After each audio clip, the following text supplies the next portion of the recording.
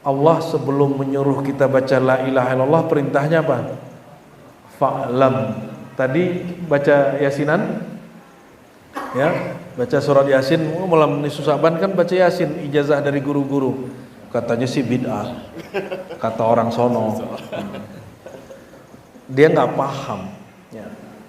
Orang yang membid'ahkan ini nggak paham. Rasulullah itu berkalam. Apa kalam Nabi? Hadis ini hadis hasan. Ada di Abu Daud, ada di Ibnu Majah, ada di beberapa riwayat. Yang saya ingat riwayatnya di Tirmizi juga ada, ya. Yang kita ingat satu versinya, innallaha la yattali'u fi lailati nisfi min Sya'ban. Sungguhnya Allah menilik, memperhatikan pada malam nisfu Sya'ban. Kepada siapa? Kepada semua hambanya, ala khalqihi, ya, semua makhluknya. Lalu apa yang Allah kemudian lakukan? Fayaghfiru, lalu Allah mengampuni semuanya, semua kecuali dua. Kenapa Bapak Ibu ini tidak menikmati zikir? Karena wadahnya tidak dibersihkan. Walaupun Yasinan 70.000 kali nggak nikmat. Kenapa? Basicnya kotor. Maka harus istighfar dulu, harus pengakuan dulu kepada Allah, lalu minta, ya Allah bersihkan diriku. Allah juga yang bersihkan. Setelah Allah bersihkan lewat pengakuan kita, barulah kemudian kita isi dengan kalimat la ilaha illallah. Kembali jalan pulang kepada Allah. Kalau jalan pulang mesti tahu jalannya, mesti udah kesana dulu baru ngajak orang. Belum pernah kesana terus ngajak orang, muter-muter di pertigaan. Ciri orang baru pulang dari hadirat nama Allah, pulang-pulang dia bawa rasa nyebut nama Allah. Orang baru pulang dari hadirat sifatullah, pulang-pulang dia bawa rasa rindu, mabuk cinta kepada Allah. Maka kalam-kalamnya bisa menggetarkan. Ada orang awalnya nggak seneng, tapi kalau dengerin dia ngomong tentang Allah langsung turun. Alhamdulillahil jami'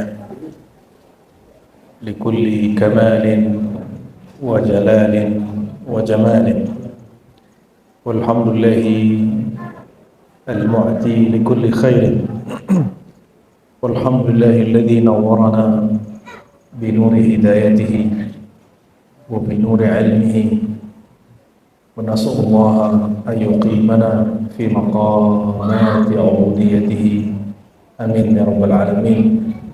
Amma ba'du, para asatiz, para hadirin dan semua pengurus, semoga semua dalam ridha Allah SWT. Amin. Alhamdulillah, ini berkat Pak Rahman, ya, sampai juga ke kampung apa namanya tadi Ustaz?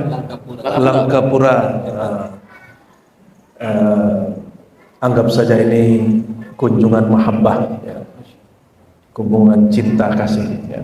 Semoga Allah Ta'ala menjadikan pertemuan ini pertemuan rohani. Amin ya rabbal. Kata guru saya, seorang mursyid tarekat Naqsyabandiyah di Jawa Timur sana, orang yang pernah jumpa di alam ruh.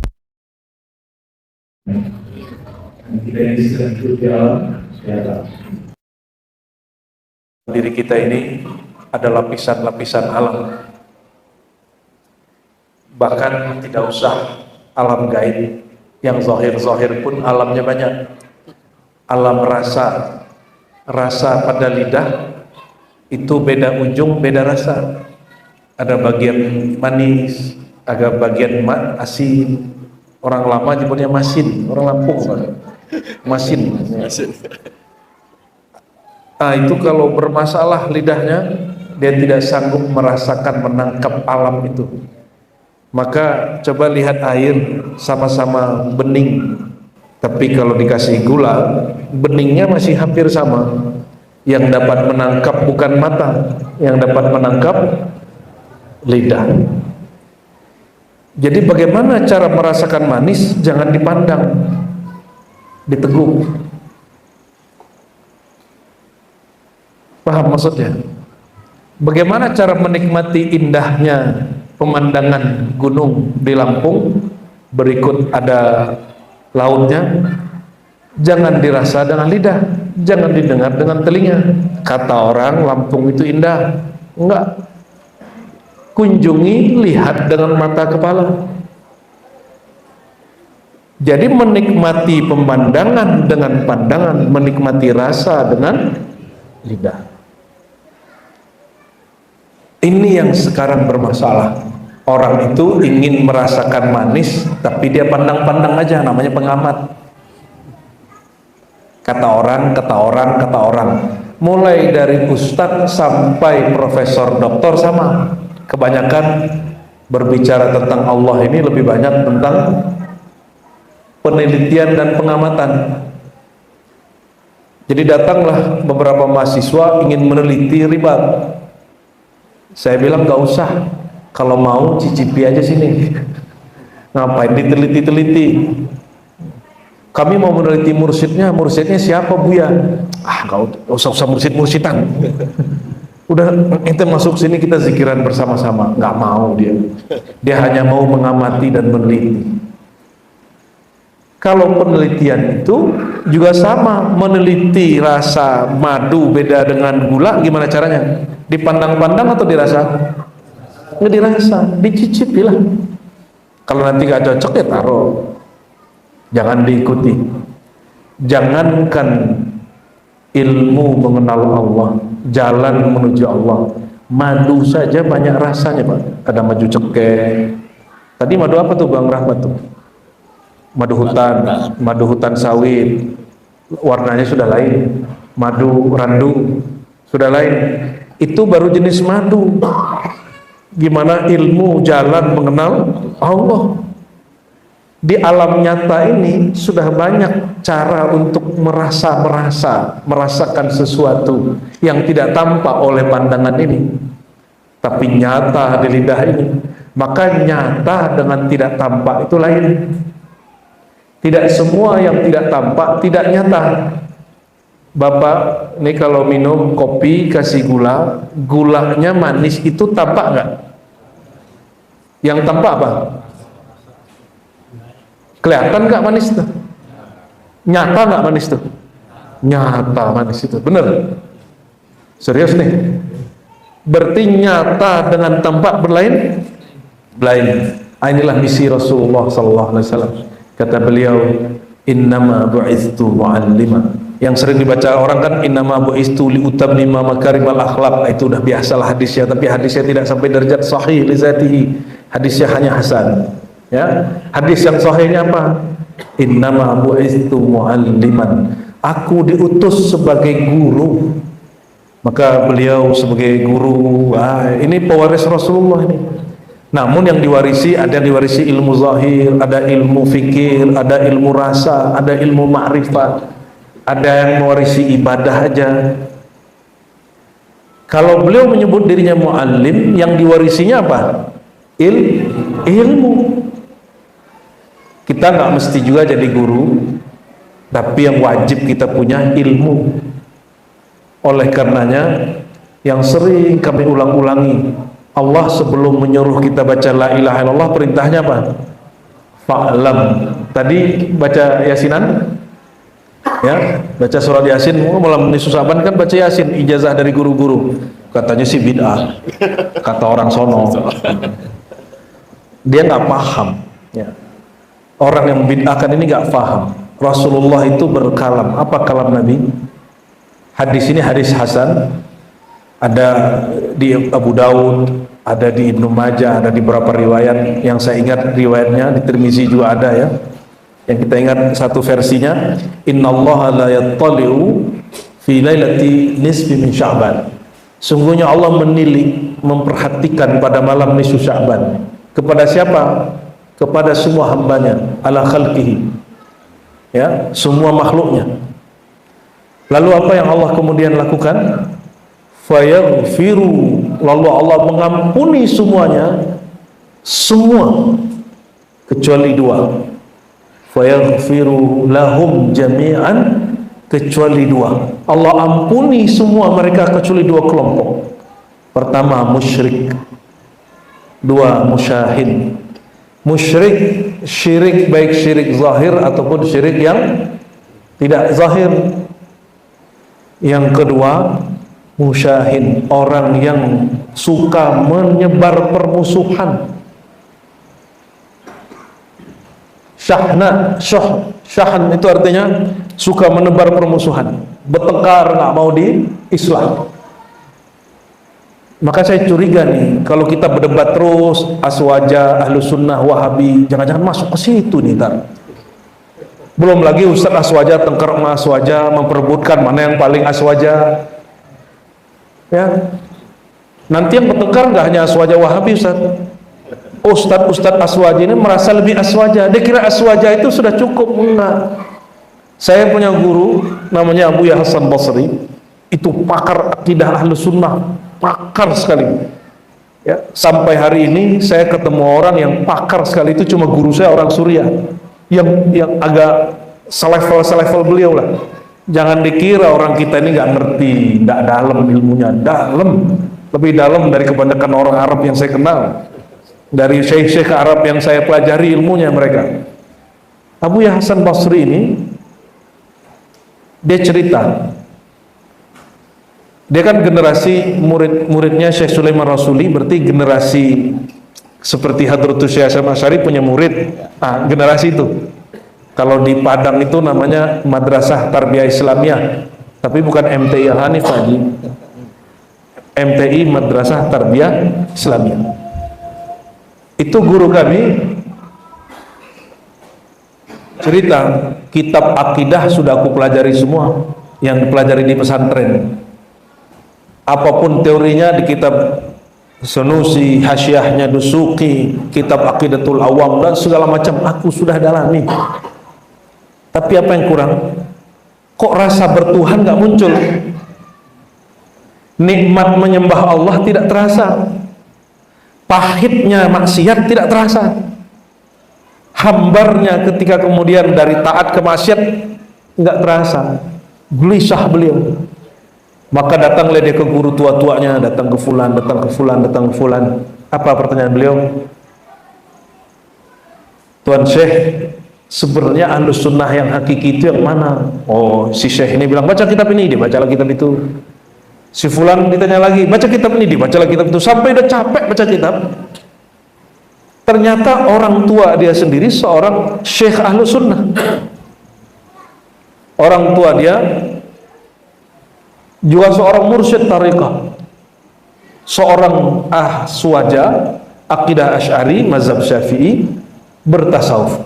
Dia tanya ke ayahnya, namanya Syekh Abdul Jalil. Namanya siapa?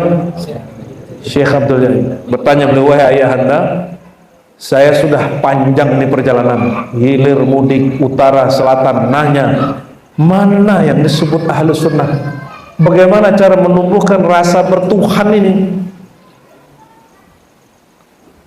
Apa jawaban beliau? Ngapain jauh-jauh cari guru? Noh, di pertigaan habis itu naik sedikit ada sekolah namanya Madrasah Tarbiyah ini dan itu, disebutkan nama syekhnya, saya nggak usah sebutkan ya. Maka dia berguru di situ. Ternyata kitab itu di zaman Rasulullah ada nggak? Kitab yang antum pelajari di pesantren, Ustaz, ada nggak? Nggak ada. Terus Rasulullah ngajar pakai kitab nggak? Mushaf yang kita ada hari ini sudah ada belum? Belum. Itu baru ada di zaman Sayyidina Utsman, itu pun titik barisnya nggak ada. Terus apa yang Nabi ajarkan? Yang Nabi ajarkan yang di kolbunya diajarkan ke kolbu sahabat. Betul nggak? Yang diajarkan beliau dari fikirannya diajarkan ke fikiran sahabat. Yang dari akhlak dia diajarkan ke akhlak sahabat. Itu yang Nabi ajarkan. Itu, maka disebut oleh Sayyidah Aisyah, Rasulullah itu Al-Quran berjalan, kitab berjalan. Khuluquhu Al-Quran kalau bahasa Arabnya, akhlaknya Quran kalau bahasa guru saya itu mushaf berjalan. Tapi kalau mushaf lembaran, mushaf itu lembaran. Kalau Rasulullah ini lebih dari mushaf. Hakikat Quran ada di dalam dirinya. Akhirnya beliau datang ke, saya sebut saja namanya, Syekh Maulana Muhammad Kanis An-Naqsyabandi As-Sammani Al-Qadiri. Kata beliau, oh kalau kitab mau banyak.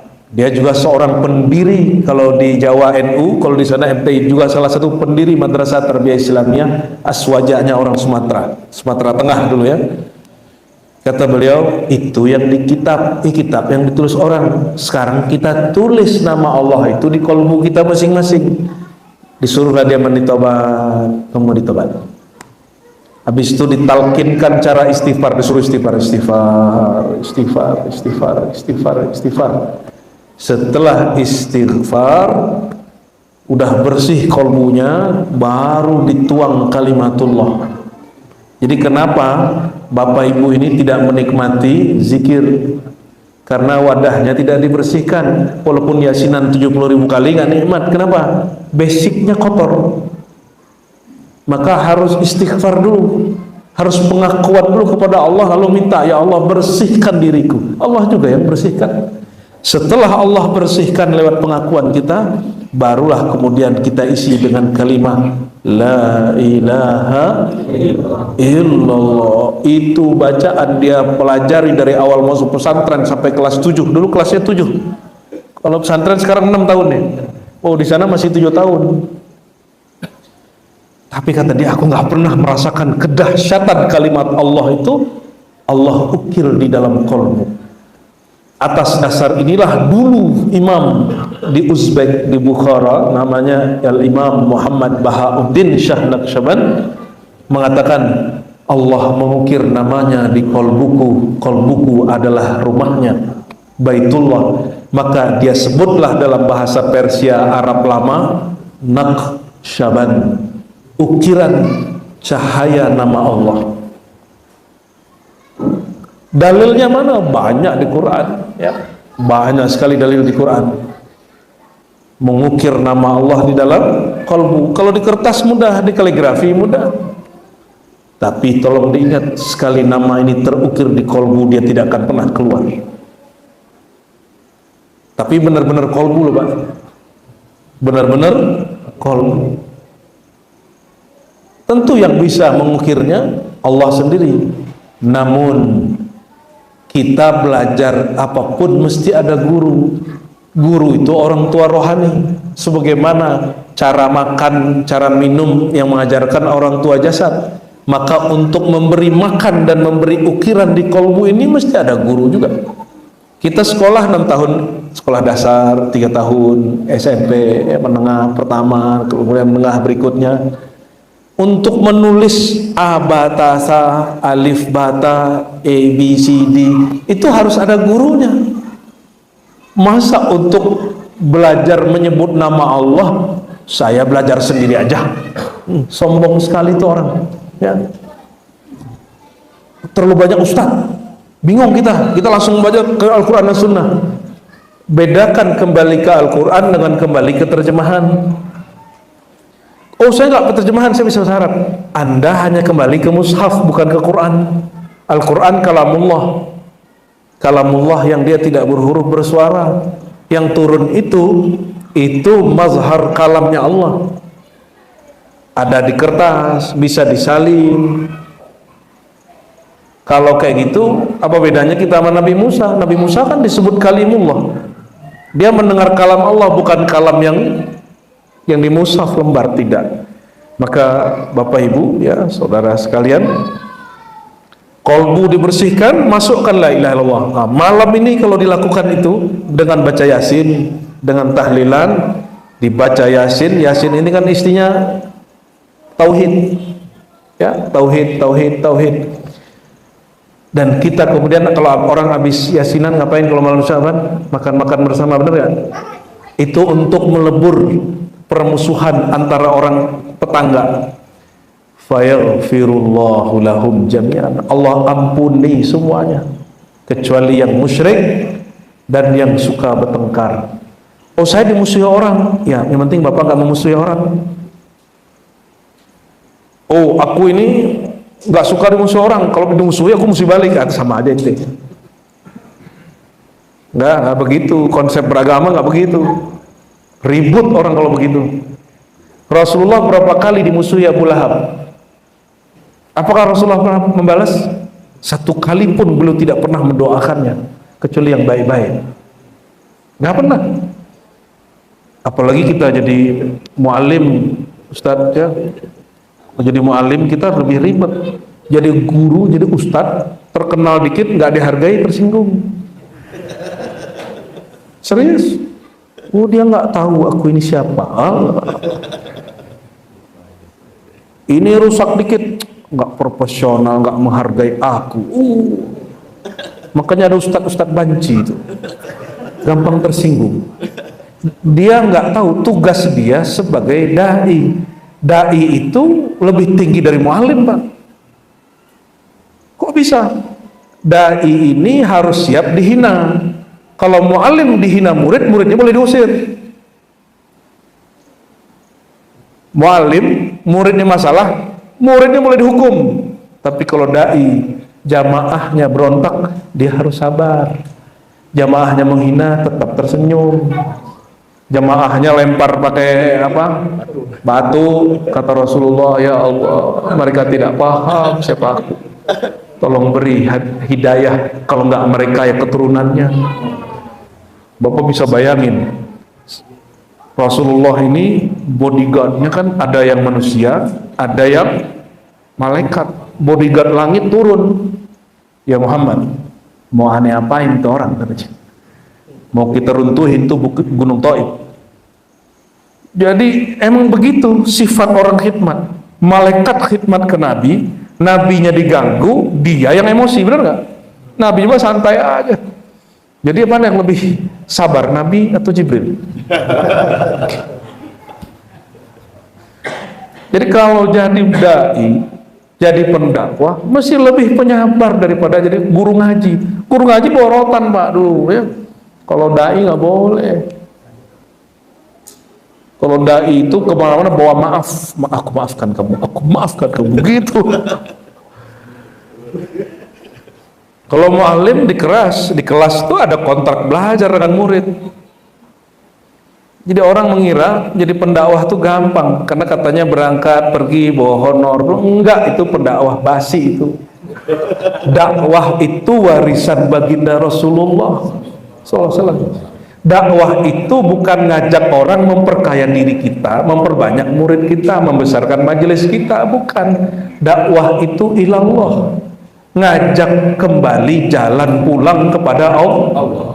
Kalau jalan pulang mesti tahu jalannya, mesti udah ke sana dulu baru ngajak orang.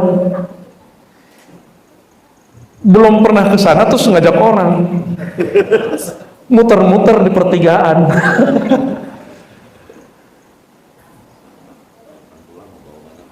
Iya, pulang-pulang membawa oleh-olehnya fisik.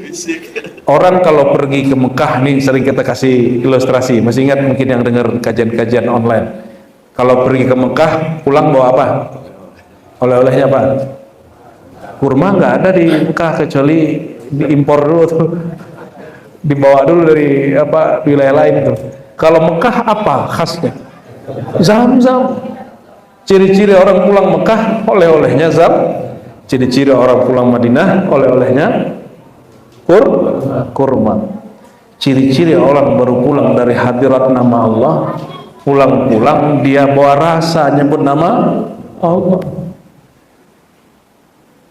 Orang baru pulang dari hadirat sifatullah, pulang-pulang dia bawa rasa rindu, mabuk cinta kepada Allah.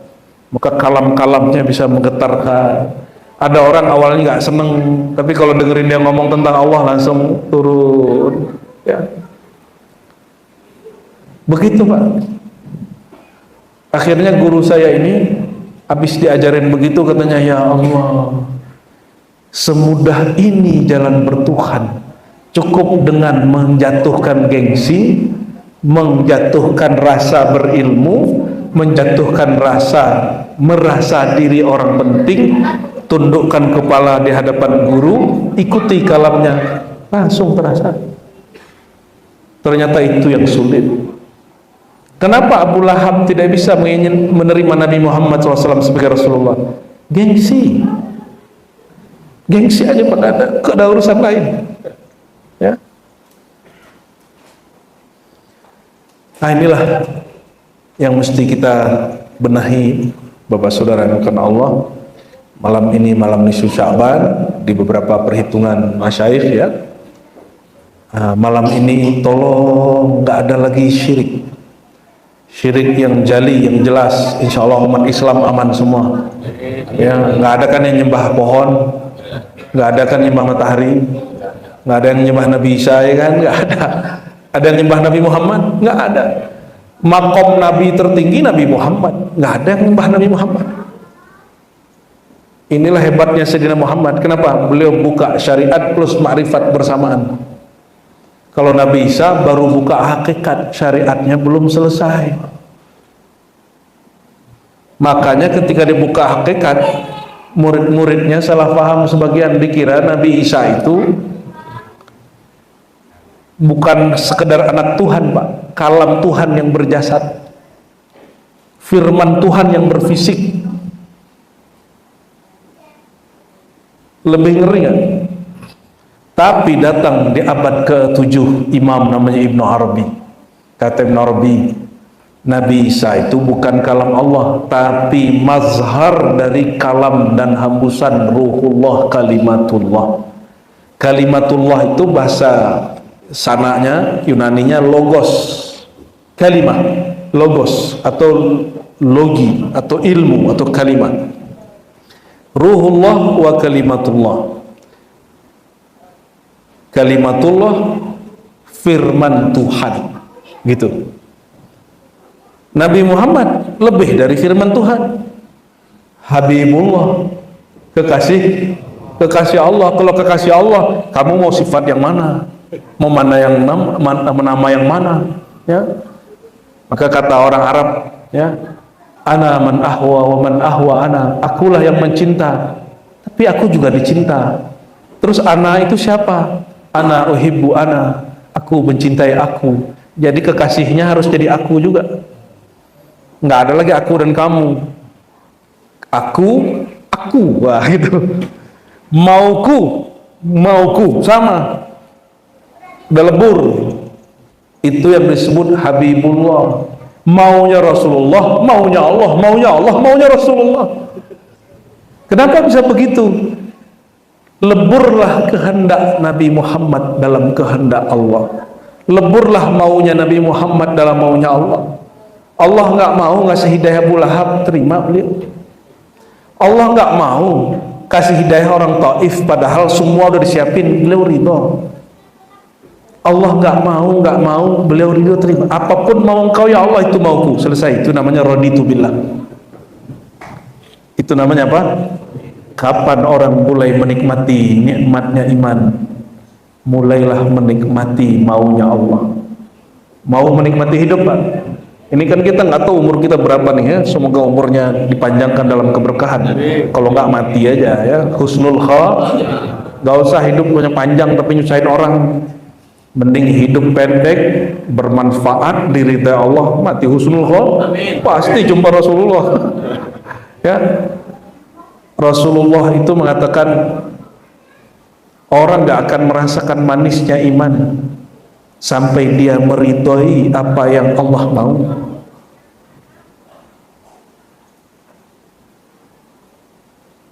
Itu namanya syirik sir.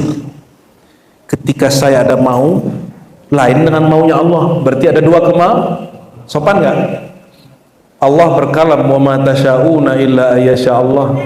Tidaklah engkau berkehendak kecuali kehendakmu tunduk lebur dalam kehendak Allah. Berarti hanya ada satu kehendak.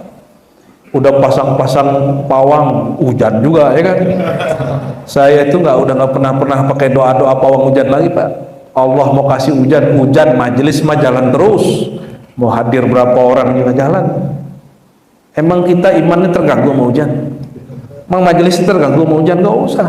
Orang sedikit, orang banyak. Dulu yang ngaji mas saya satu orang, Pak, ngaji kitab Al-Iqtisad fil I'tiqad. Nambah. Ternyata ngajar tuh sama aja, mau muridnya 1, muridnya 1000, ngomongnya kan sama. Betul nggak? Terus kenapa seorang dai terganggu hatinya kalau orangnya datang sedikit, atau jumawa gembira kalau orangnya datang banyak? Apa masalah hatimu? Kan ada nabi muridnya cuma 1, ada nabi muridnya cuma 2, ada nabi muridnya 3, ada nabi murid atur tinggal. Apa kata beliau? Aku diperjalankan Allah, ya, sampai ke padang mahsyar. Di padang mahsyar, faraitu fil ufuq, aku lihat di ufuk sana ada fi nabi wa ma'ahu nafarun, ada nabi muridnya cuma 1, ada nabi nafaran muridnya cuma 2, nabi sab'atu anfar ada 7 doang muridnya, ada nabi muridnya cuma 11, nggak bisa, ada nabi la ahad ma'ahu, nggak ada siapapun bersama dia. Oh, ada nabi nggak punya murid tuh ada, ditinggal muridnya. Ya. Ada nabi, itu orang Bani Israel itu jahatnya sama nabi, ya Allah. Ada nabi antara Nabi Muhammad sama Nabi Isa itu, nama nabinya Khalid bin Sinan. Khalid bin Sinan ini dianggap oleh kaumnya cerewet. Terus adalah satu kasus apa terjadi, solusinya kata Khalid bin Sinan, ya udah, sore ini kubur aku, tapi aku belum mati. Kubur aja aku, besok pagi kalian bangkit. Dia pesan ke murid-muridnya semua dan juga keluarganya. Ternyata malam-malam keluarganya ditahan. Murid-muridnya membelot. Alhamdulillah, orang cerewet sudah dikubur.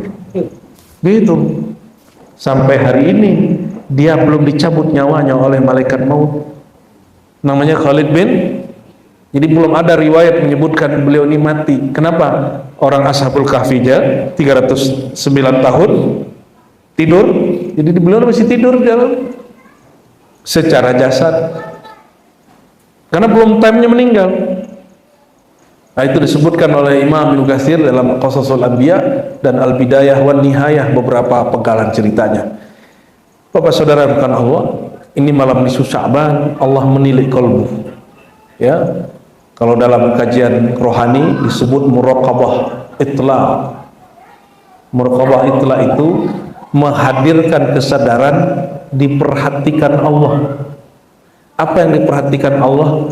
Ahwal kondisi kolbu. Pertama, paham, adakah paham syirik di dalam, meyakini yang berkudrat, iradat, berkehendak ada selain Allah. Kalau ada, bersihkan malam ini juga. Ya. Jadi kalau makan minum yang menyegarkan Allah, ini Allah juga ciptakan. Kita ambil, kita baca bismillah. Aku minum air ini sebagai syariat, hakikat yang mengenyangkan Allah. Obat, kita tetap minum obat, syariatnya minum obat, hakikat yang menyembuhkan. Kalau Allah nggak sembuhkan, terima aja, kan suka-suka Allah. Jangan protes. Ente boleh nggak ngatur-ngatur Allah? Jangankan ngatur-ngatur Allah, ngatur aneh aja ente nggak boleh. Ya, ngatur bupati aja kita nggak boleh, ngatur wali kota aja kita nggak boleh, ngatur anak sendiri aja nggak bisa, ngatur istri sendiri nggak bisa, ngatur diri sendiri nggak bisa, ngatur-ngatur Allah. Terus ngapain protes-protes ke Allah? Aku ini udah sholat, aku ini udah zakat, sudah haji, udah umroh, udah zikir, kok Allah nggak kasih juga mauku? Urusannya apa dengan maumu? Masalahnya maumu bukan maunya Allah. Kenapa ada orang sukses? Dia bisa melihat ini ada peluang, dia ada kesanggupan, di sana ada kebutuhan, itu maunya Allah begitu. Dia ambil kesempatan itu, namanya kasab.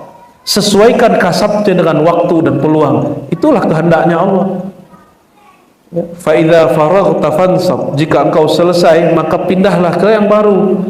Ini belum selesai, yang ini sudah pindah. Allah maunya kerja itu teratur. Belajar itu dari bab yang kecil, naik yang menengah, naik yang ke gede. Jangan langsung belajar ngajinya tinggi, Pak. Baru hijrah sudah berfatwa yasinan bid'ah. Itu kan lucu. Yang boleh berfatwa itu ulama, namanya mufti. Ada syarat dan rukunnya. Kalau ente baru tobat, benerin aja diri dulu, jangan sibuk sama amalan orang. Itu amalannya kan ada kiainya juga. Emang kiai nggak ngaji, nggak punya dalil? Masa ente baru tobat 3 bulan, 3 tahun bisa membatalkan ilmu orang yang udah ngaji 20 tahun? Kan lucu.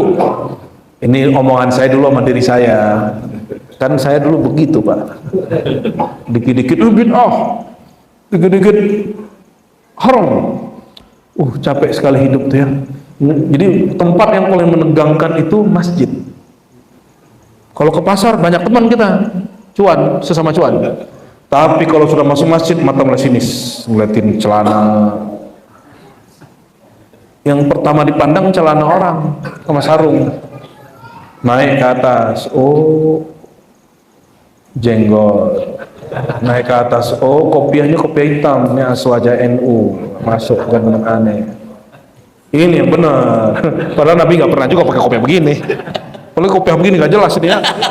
Ini kopiah apa lah itu?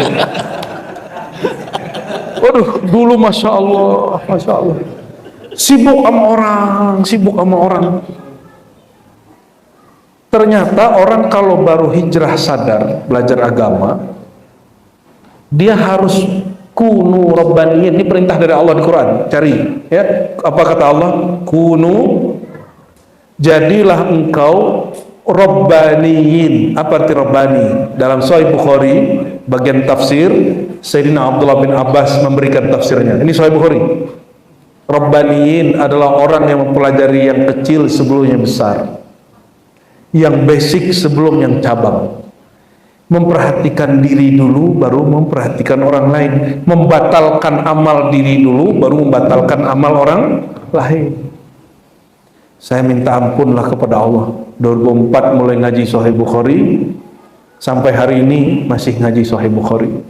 Ngaji baik khidmat belajar atau khidmat mengajarkan sampai hari ini masih alhamdulillahirabbil ya. Tapi saya tidak merasa manhaj saya manhaj sunnah.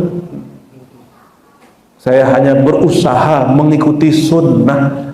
Yang bermanhaj sunnah itu para imam-imam itu. Coba saya mau tanya, 4 imam Abu Hanifah, antara dia dengan Nabi cuma 1 orang. Dia jumpa Sayyidina Anas tapi nggak ngaji. Tapi gurunya antara dia dan Nabi 2 orang. Imam Malik antara dia dan Nabi, Nafi', Abdullah bin Umar, Nabi juga 2 orang. Imam Syafi'i antara beliau dan Nabi 3 orang. Oke. Imam Ahmad bin Hambal antara dia dan Nabi juga 3 orang. Imam Bukhari punya beberapa guru yang tua angkatan Imam Syafi'i yang masih hidup, seperti Imam Qutaibah. Qutaibah ini murid Imam Malik. Imam Malik punya murid lain Syafi'i, tapi imam ini umurnya panjang, Qutaibah. Bukhari ngaji ke beliau ya. Maka jarak Bukhari dan Nabi cuma 3 orang, tapi selebihnya 4, 5, 6, 7 sampai kemudian kurang dari 10 orang. Maksud saya menyebut begitu apa? Karena imam-imam ini ke nabinya nggak jumpa langsung, maka cara sholat imam ini prinsipnya sama tapi kaifiatnya beda. Sama-sama subuh 2 rakaat tapi kaifiatnya lain. Dari 4 imam itu semuanya tidak ada yang menjaharkan basmalah kecuali Imam Syafi'i. Di antara 4 imam ini tidak ada yang berkunut kecuali Imam Syafi'i. Gimana tuh? Sholatnya tetap 2 rakaat, yang berbeda caranya. Bertanyalah orang ke Imam Syafi'i, wahai Muhammad bin Idris Syafi'i, gurumu Malik tidak berkunut, gurumu Muhammad bin Hasan Syaibani murid Abu Hanifah tidak berkunut, gurumu Abu Yusuf tidak berkunut, fulan tidak berkunut, fulan tidak berkunut, kok ente berkunut? Dia jawablah pakai hadis. Ternyata dia punya guru lain selain Imam Malik, bahwa Nabi tidak pernah meninggalkan kunut hatta yufariqud dunya, sampai meninggal dunia. Itu contoh. Ternyata banyak guru bisa memperbanyak kaifiat beribadah, ibadahnya sama. Tadi basmalah dijaharkan cuma siapa? Apa Imam Syafi'i salah? Maka dalam bab kebenaran tidak ada mayoritas dan minoritas. Dalam bab kebenaran yang ada, kamu ada dalil atau tidak punya dalil? Kamu tahu cara memahami dalil atau tidak tahu cara memahami dalil? Coba cek semua Quran. Quran ini kan qiraatnya ada 7. Di semua qiraat bismillah itu ayat pertama atau bukan? Pernah baca? Pernah baca nggak qiraat yang 7? Ustaz aja belum, masa ente tahu? Ya, qiraat yang 7 bukan irama ngaji, bukan. Ya, qiraat yang 7 itu ada 7 imam yang mengumpulkan cara membaca Quran. Bacaan Quran kita ini imamnya tahu nggak? Jadi ada mazhab juga dalam baca Quran. Jangan dikira mazhab itu cuma mazhab yang 4, Syafi'i, Maliki, Hanafi, Hanbali. Enggak, ada mazhab membaca Quran. Quran kita ini mazhab siapa? Ada yang tahu?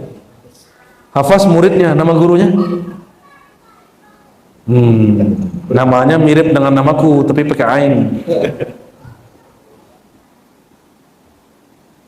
Ayo, bukan Hashim tapi Asim Qisad. Imam Asim punya murid beberapa yang kita baca sekarang itu versi murid dia namanya Hafiz. Imam Hafiz ini punya murid bacaan itulah yang sekarang menyebar 75% seluruh dunia. Itu perkiraan aja, li takfir menunjukkan banyak. Bersatu ada bacaan Kisai, ada fulan sampai 7. Semuanya basmalah dalam Fatihah ayat pertama. Qiraat itu ada syaratnya, mesti mutawatir. Apa arti mutawatir? Diriwayatkan orang banyak, yang tidak mungkin berbohong, berdusta. Apa kata Imam Syafi'i? Imam kita nih. Kalau guruku Malik tidak baca basmalah, bukan lagi mensirkan basmalah. Guruku Malik, kata Imam Syafi'i, tidak baca basmalah. Sedangkan Hasan Syaibani baca tapi disirkan. Sufyan bin Uyainah baca tapi disirkan. Terus apa? Aku jumpa 7 masyayikh ahli hadis al-qiraah, semuanya menjaharkan basmalah. Dalam qiraat, kalau masuk ke dalam ayat pertama, berarti ayat pertama Al-Fatihah itulah yang disepakati oleh 7 imam ini. Dan semua 7 imam ini sepakat ayat pertama Al-Fatihah adalah Bismillah. Maka beliau revisi mazhab gurunya. Dia katakan bukan sunnah, bukan mustahab, bukan juga tidak boleh. Gurunya bilang nggak boleh baca Bismillah. Mau jahar musir nggak boleh, kata Imam Malik. Wajib baca Bismillah jahar. Ini kata Imam siapa? Kenapa? Riwayat guruku Malik tertolak, fulan tertolak. Kenapa? Dalam membaca Quran, imam kita bukan Imam Malik, bukan Imam fulan, tapi imam yang 7 itu. Canggih nggak cara berpikir Imam Syafi'i itu? Canggih. Tapi sampai hari ini, kata Imam Sya'rani, walaupun mazhab Syafi'i, kalau ada orang mazhab Maliki jangan jadi imam, minta dia jadi imam. Kenapa? Imam kamu Syafi'i tidak pernah di depan Imam Malik, dia selalu jadi jamaahnya Imam Malik. Adab, itu namanya adabnya. Aduh, udah macam-macam nih ngomong kita nih ya. Intinya satu, Bapak Ibu saudara sekalian, kata Sayyidina Ja'far, diriwayatkan oleh Abu Hanifah, a'lamun nas a'lamuhum bil khilaf. Orang paling berilmu, orang yang paling mengerti dinamika perbedaan. Dinamika berarti orang paling alim, orang yang nggak ngomong pokoknya mesti begini. Itu berarti orang paling jahil. Kalau orang paling alim, oh Syanu ngamalin amalan Imam Syanu, dalilnya ini. Gitu. Kata Abu Hanifah, ini kisah terakhir mau saya tutup di majelis ini.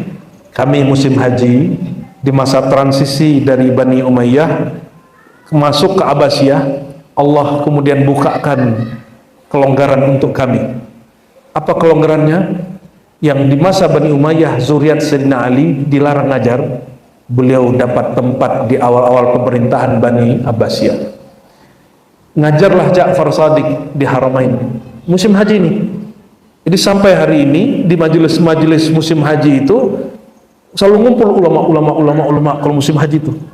Sampai sekarang, Pak. Ini habis lebaran itu mulai ulama berdatangan ke haram.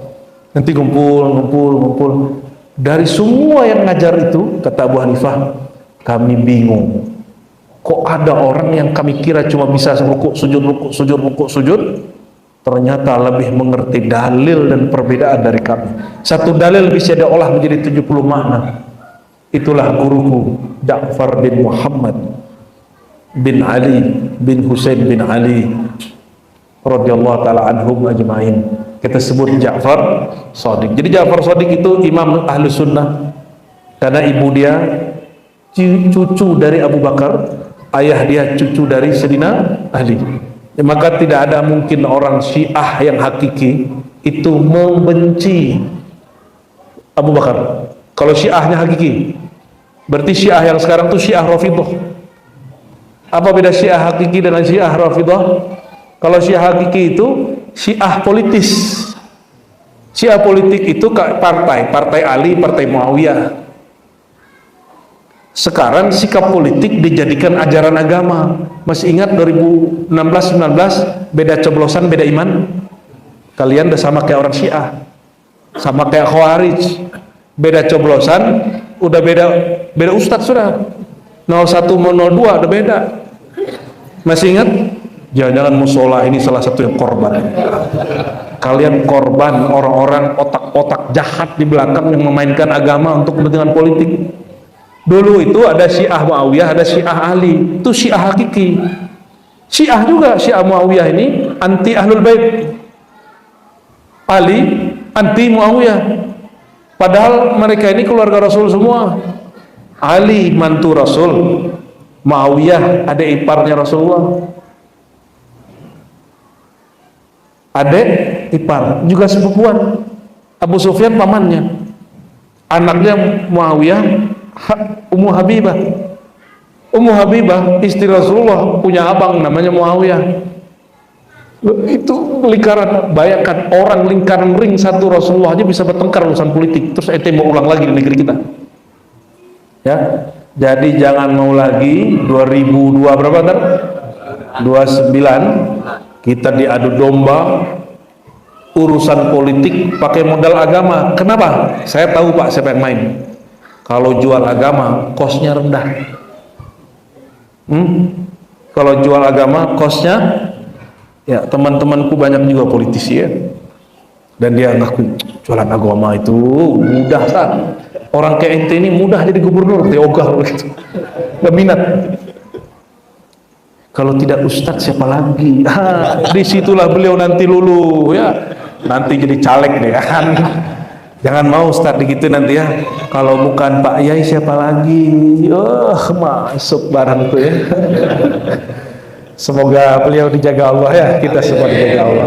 Bapak Ibu yang bukan Allah, barangkali inilah refleksi untuk Al-Fakir ya, untuk kita semua malam nisfu Sa'ban. Malam Allah menilik kita semua. Mari bersihkan kalbu dari semua syirik, lalu tebar cinta kasih ke semua orang, maafkan semua kesalahan, hilangkan semua dendam. Sepakat? Hapuskan syirik, maafkan semua orang. Coba, ini nggak usah banyak-banyak doa. Baca syahadat, asyhadu an la ilaha illallah, asyhadu anna Muhammadar Rasulullah. Perbaharui ya Allah, aku perbaharui imanku. Ikuti ya Allah, aku perbaharui imanku, syahadatku la ilaha illallah, tiada yang berhak disembah, tiada yang berhak dipuja-puji, tiada yang berkuasa berkehendak menguasai alam semesta, menguasai diri kami kecuali Engkau jua ya Allah. Sayyidina Muhammad kekasih Engkau, Rasul Engkau. Ya Allah, terima tauhid kami, terima iman kami, kekalkan iman kami. Ya Allah, baca ya Allah, kami pernah bermusuhan dengan banyak orang. Ya, coba bayangkan orang yang pernah kita musuhi dan dia musuhi kita. Satu, fulan. Sudah orang kedua, orang ketiga, Orang keempat, ya. Orang kelima, sudah banyak sekali musuh ente ya. Terus kumpulkan semua wajah orang yang pernah kita bermusuhan, sakit-sakit hatian, dendam-dendaman, baik masalah kerjaan, masalah perasaan, masalah pertemanan, tetanggaan, semuanya. Katakan, ya Allah, detik ini, malam ini aku mohon ampun kepada Engkau atas dosaku dan dosa mereka. Dan detik ini ya Allah, saksikan ya Allah, aku memaafkan mereka. Aku memaafkan fulan, aku memaafkan si fulan, aku memaafkan dia, sebutkan namanya. Ya Allah, aku maafkan dia. Aku maafkan dia. Aku maafkan dia. Ya Allah, ya Afu yang Maha Pemaaf. Ya Ghaffar, ya Ghafur yang Maha menghapus semua dosa, sakit hati. Ya Syafi yang Maha menyembuhkan rasa sakit hati. Sembuhkan hati kami ya Allah. Sembuhkan jiwa kami ya Allah. Sembuhkan perasaan kami ya Allah. Begitu juga pada orang itu, jika dia masih hidup ya Allah, tumbuhkan rasa maaf di kalbunya ya Allah. Buatlah mereka memaafkan kami juga ya Allah. Ya Allah yang menilik kalbu semua hambanya, yang menguasai kalbu semua hambanya, ubahlah hati kami menjadi penuh dengan cinta kasih Rahman Rahim ya Allah. Ila ruhin Nabi sallallahu alaihi wasallam. Al-Fatihah. Bismillahirrahmanirrahim.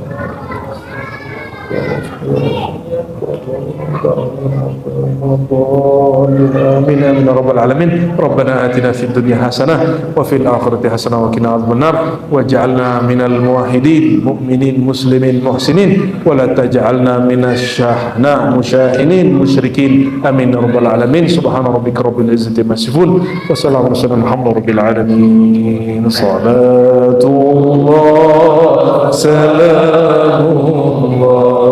ala Taha Rasulillah. Salatullah salamullah ala Yasin Habibillah. Tawassalna bismillah wa bil hadi Rasulillah wa kulli mujahidin lillah bi alil qadri ya Allah. Salatullah salamullah ala Taha Rasulillah.